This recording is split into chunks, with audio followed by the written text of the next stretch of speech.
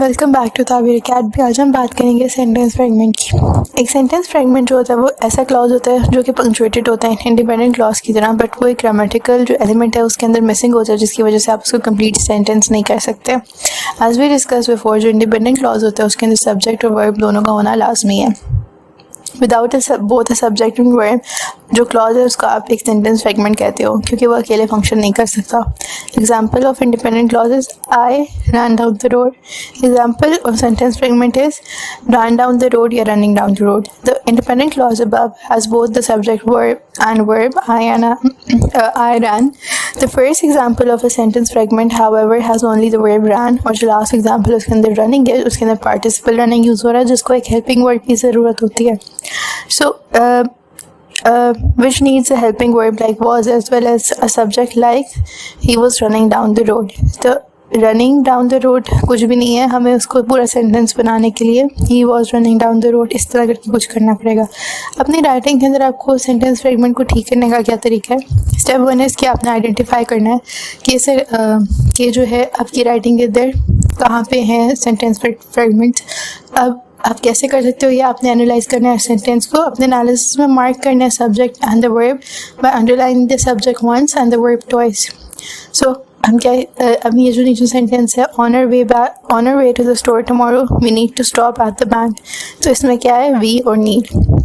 Sprinting towards the finish line, Dan took a deep breath and pressed on. इसमें Dan और took है subject और verb. Providing equal opportunity to all citizens is of utmost importance. So providing in is. The first two examples begin with introductory phrases, which can be confusing. So take care in identifying these type of clauses and isolating them from the independent clause.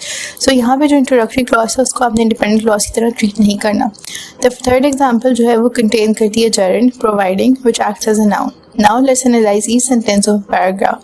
First, we will underline each subject and each verb. Then we will flag each sentence that is a fragment with the star. Okay हमारे सामने एक paragraph है। अब हम इस paragraph के बहुत सारे सेंटेंसेस जो है हमने देखे इन पर स्टार लगा हुआ है और ये सेंटेंस फ्रेगमेंट्स हैं।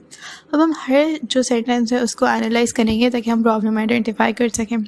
सो पहला sentence, Dan always has busy days at Meadow Creek High School. ये सेंटेंस बिल्कुल ठीक है। In the morning double checks his homework while he is on the bus. The introductory phrase यहाँ पे जो है that can be that here and make the sentence tricky, क्योंकि you may be tempted to identify जो morning है that as a subject, लेकिन वो एक introductory phrase है।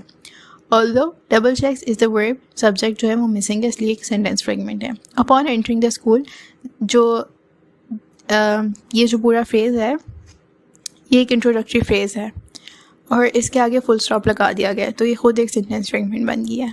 Dan gets his book from his locker, ये भी ठीक है। For the rest of the day Dan keeps busy. This sentence is fine, but again there is an introductory phrase which can be deceiving.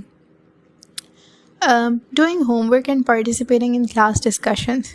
अब this clause should act as the object to the sentence and therefore इसके अंदर subject और verb दोनों missing है। Usually Dan does not bring his own lunch, but his mom gives him money to buy school lunch. यहाँ पे दो independent clauses हैं, वो correctly join हुए हैं comma and a conjunction के साथ। In a sentence like this, identifying the subject and a verb can be confusing. In the second clause, for example, it would be very easy कि अगर आप ये mistake करते कि आप his को as a subject identify करते थे, जबकि his जो है वो actually adjective है जो कि modify कर रहे हैं subject mom को। Dan's afternoon progresses in much the same way as his morning. यहाँ पे सेंटेंस ठीक है, बट अगेन डांस जो है वो भी कंफ्यूजिंग हो सकता था एज अ सब्जेक्ट, जबकि आफ्टरनून जो है वो असल में सब्जेक्ट है। When he gets home, the subject here is he and the verb is gets. However, the subordinator when makes the sentence a dependent clause. So when he gets home, ये भी एक sentence fragment बन गया, क्योंकि इसके अंदर जब when आ गया है तो अब ये एक सबऑर्डिनेटर क्लॉज बन गया है, डिपेंडेंट क्लॉज बन गया, और ये स्टैंड अलोन नहीं कर सकता as a sentence. He does his homework, ये भी ठीक है। Because he is too tired after doing homework, the subject here is he and the verb is. लेकिन जो सब ऑर्डिनेटर है बिकॉज वो सेंटेंस को एक डिपेंडेंट क्लॉज बना रहा है और वो सेंटेंस अकेले फंक्शन नहीं कर सकता, इसलिए फ्रैगमेंट बन गया है। He goes to bed at 10, ये भी ठीक है। अच्छा, अब स्टेप 2 क्या है? हमने आइडेंटिफाई कर लिया कि हमारे प्रॉब्लम्स क्या आ रहे थे। अब हम